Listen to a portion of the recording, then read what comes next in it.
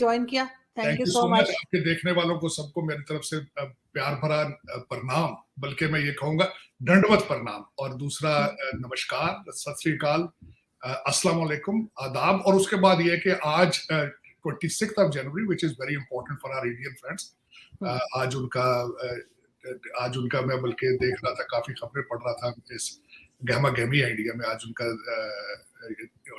उनका national day है जी sir, Republic day है आज उनका। रिपब्लिक डे मना रहे हैं, बिल्कुल। Republic day. सो जी जी, congratulations to all of them. Thank you so much sir. तो सर हम आज बात करेंगे सबसे पहले खान साहब के चाइना विजिट के बारे में। क्या उम्मीदें हैं? और चाइना तो काफी नाराज लग रहा था, लेकिन आपको क्या लग रहा है कि क्या बात करने के लिए जा रहे हैं, और क्या आगे प्रोग्रेस क्या होगी? आरजू, मैं ये कहना चाहूंगा कि गनी साहब जब अमेरिका आए थे तो मुझे अभी याद है कि एक जगह एक टीवी पर बैठ के मैंने कहा था वो अपना रिटायरमेंट पैकेज लेने के लिए आए, और वही हुआ कि वो यहाँ से गए और वो रिटायरमेंट पैकेज लेके, पैसे लेके गए, कुछ सेनेटर से मिलके गए, और थोड़े दिनों बाद ही वो दुबई ट्रांसफर हो गए। और वहां पे रशियन डिप्लोमेट ने कहा था वो कि बहुत ज्यादा मिलियंस डॉलर्स कैश लेके गए हैं। खान साहब अब देखें उसी तरह का पैकेज मेरा ख्याल में ढूंढते फिर रहे हैं, लेकिन देखें किस हद तक मिलता है। चाइना नाराज है आपसे। और दूसरा ये क्वेश्चन मार्क है कि क्या ख्याल है खान साहब, आप जहां जा रहे हैं, चाइनीज अखबारें नहीं पढ़ते, टीवी नहीं देखते, आपका नंबर जो 140वां आया है ट्रांसपेरेंसी इंटरनेशनल का, कि आप करप्शन में आप डूबे हुए हैं बिल्कुल, तो इन हालात में कौन सा बंदा इन्वेस्टमेंट करेगा? मैं बताता हूं, मेरे इंफॉर्मेशन के हिसाब से जो ऑब्जेक्टिव है खान साहब के, वो इन्वेस्टमेंट लेने जाना, उसके बाद वहां पे जो ओलंपिक है वहां पे सारा अमेरिका और यूरोप ने उसका बायकॉट किया है, और आप उनके फ्रेंडशिप के लिए आप चाहते हैं कि हम वहां जाएं और कुछ पैसे मिल जाए, आप वहां पे ओलंपिक में जाएंगे उनको सपोर्ट करने, और सिवाय पैसे लेने के और कुछ भी नहीं है। जिस तरह मैंने कहा है कि आपकी हर पॉलिसी के पीछे डॉलर आप नजर आ रहा होता है, और वो डॉलर के लिए जा रहे हैं। लेकिन चाइनीज को पता है कि आप करप्ट लोग हैं, आपको कोविड के पैसे दिए जाए और आपने 40 अरब रुपया वहां से लूट लिया है। आप क्या समझते हैं कि इंटरनेशनल कम्युनिटी इन चीजों को नहीं देख रही? वॉशिंगटन डीसी में आपकी रिप्यूट 2-3 नाम जो है वो मुसलसल आपके पाकिस्तान के साथ जुड़े हैं, डबल गेमर और करप्शन और नॉन सीरियस। और ये चीजें बिल्कुल इस वक्त, जब तक ये, मेरे ख्याल में जिस तरह के हालात है पाकिस्तान के, मैं तो मशवरा खान साहब को दूंगा कि ना जाएं आप, क्योंकि डेवलपिंग कंट्रीज जो बनाना रिपब्लिक्स होते हैं, वहां के जब प्रीमियर या रूलर जाते हैं तो वापस नहीं आते। लेकिन सर इनको आपको ऐसा क्यों लग रहा है कि इनको चाइना कोई पैसे दे देगा? इसलिए कि चाइना तो उल्टा इनसे मांग रहा है। चाइना तो कह रहा है कि आप हमें इतनी पेमेंट करें। कभी जो दासू डैम मिल जो लोग उनके मारे गए थे, कभी उनके नाम पे। चाइना तो देने के मूड में नहीं है। चाइना देने के मूड में नहीं है, लेकिन इन्होंने तैयारी की है। इन्होंने 37 जो रेगुलेशंस हैं उनको रिवर्स किया है चाइनीज सीपैक के काम को जारी करने के लिए।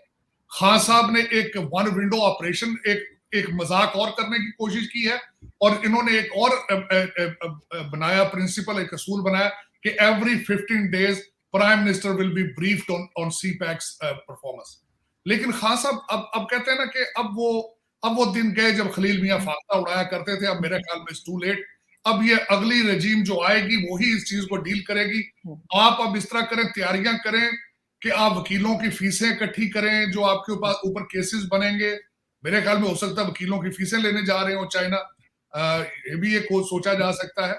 अब तो वो हालात ये हो रहे हैं कि अब आपका कैंप जो है, वो जहाज जब डूबने जाता है तो चूहे जिस तरह भागते हैं उस तरह वो भागने शुरू हो चुके हैं। मेरी इंफॉर्मेशन के हिसाब से शौकत तरीन साहब जो है वो उड़ने की तैयारियां कर रहे हैं, कोविड का बहाना करके घर में बैठे हुए हैं।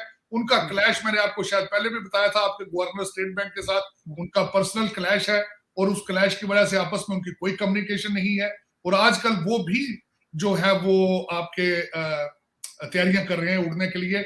और एक मेरी और इंफॉर्मेशन है कि इस वक्त नून लीग परेशान है आरजू के। वो समझते हैं कि इतने लोग उनसे रिजू कर रहे हैं, इतने लोगों को वो नून लीग में अकोमोडेट किस तरह करेंगे, ये क्वेश्चन बल्कि इस वक्त चल रहा है।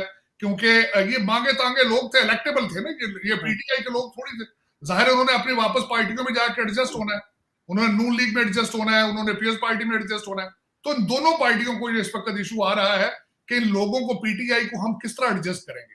तो ये इशू चल रहा है। तो इन हालात में खान साहब चाइना जाए चाहे जहां मर्जी जाए, मैं तो अगले दिन एक जगह पे ये भी बात कर रहा था कि एक मिनट के लिए सोचें कि आपके आपके पड़ोसी ने, भारत ने S-400 लिया, उन्होंने राइफल त्यारे लिए, लेकिन अगर आपकी चाइना के साथ अगर इंडिया की चाइना के साथ दुश्मनी ना होती तो फिर आपके क्या हालात होने थे। अभी तो मैंने सुना है कि आप S-400 को काउंटर कर रहे हैं ड्रोन के जरिए, कभी कहते हैं हम ड्रोन के साथ काउंटर कर लेंगे, उधर से वो त्यारे आ गए हैं। और चाइना के त्यारे, चाइना तो अपना ढंग का स्मार्टफोन नहीं बना सकता, उनके त्यारे किस तरह उड़ेंगे भाई।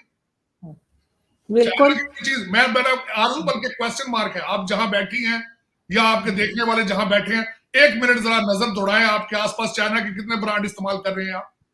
चाइना की कौन सी ऐसी प्रोडक्ट आप इस्तेमाल कर रहे हैं जो ड्यूरेबल है।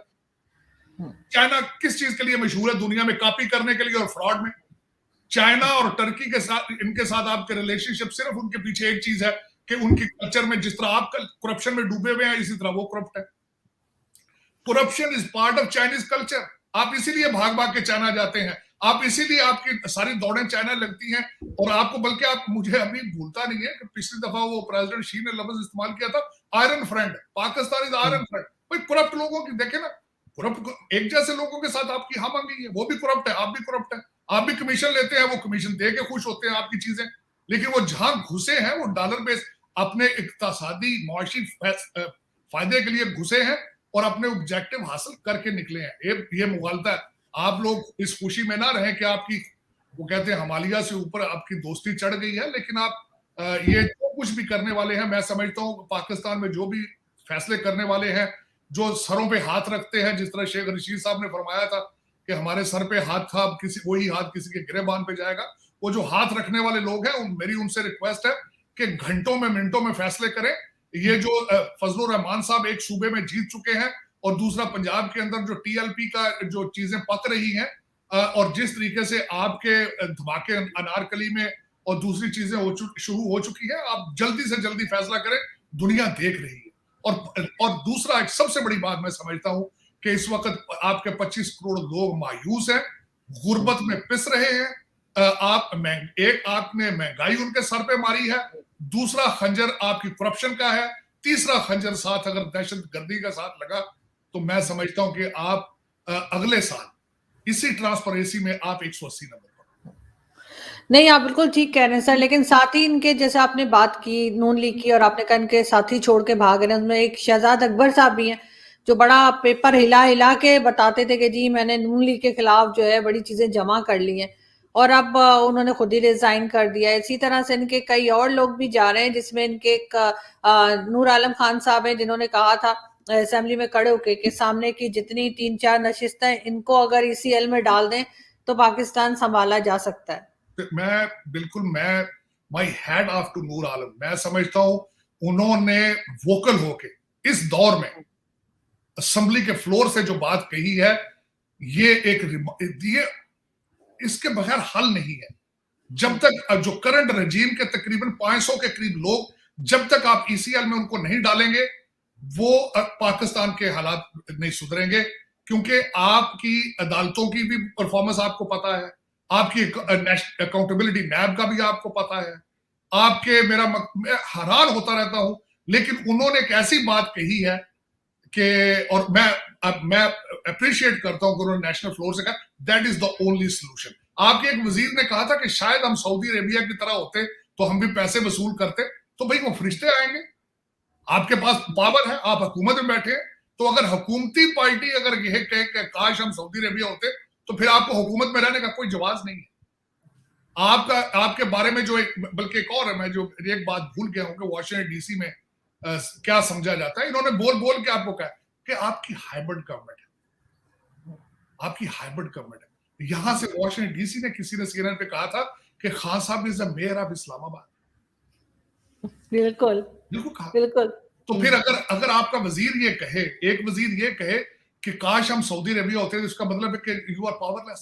और दूसरा वजीर कह दे अगर कि हम हमारे सरों पे हाथ रखा था तो हम आए थे, तो फिर तो आपका 2018 का इलेक्शन ही मुतनाज़ है। आपके पास तो अखलाकी जवाब ही कोई नहीं है। आप तो हाइब्रिड हैं, आप तो किसी को रिप्रेजेंट कर रहे हैं। अब वो जो रिप्रेजेंट करने वाले हैं उनके लिए भी अब सवालिया निशान है कि उनको भी इन्होंने बदनाम किया है। आजकल